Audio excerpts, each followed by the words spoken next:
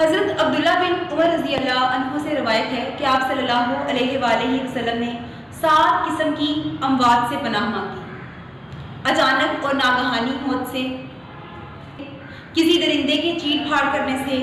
پانی میں ڈوب جانے سے، جل جانے سے،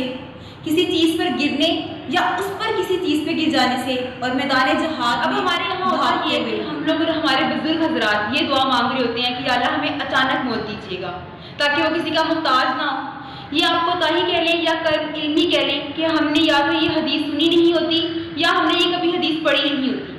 اس وجہ سے ہم یہ دعا مانگ رہے ہوتے ہیں کہ اللہ ہمیں اچانک موت دیجیے گا۔ اس کا بیک گراؤنڈ یہ ہوتا ہے کہ ہم اس لیے یہ دعا مانگتے ہیں یا ہمارے بزرگ حضرات اس لیے یہ دعا مانگتے ہیں کہ وہ کسی کے محتاج نہ ہو، اپنی اولاد کے محتاج نہ ہو۔ حالانکہ دعا وہ غلط مانگ رہے ہوتے ہیں، اس بات میں مانگ رہے ہوتے ہیں کہ جس سے نبی پاک صلی اللہ علیہ وسلم نے پناہ مانگنے کی تلقین فرمائی۔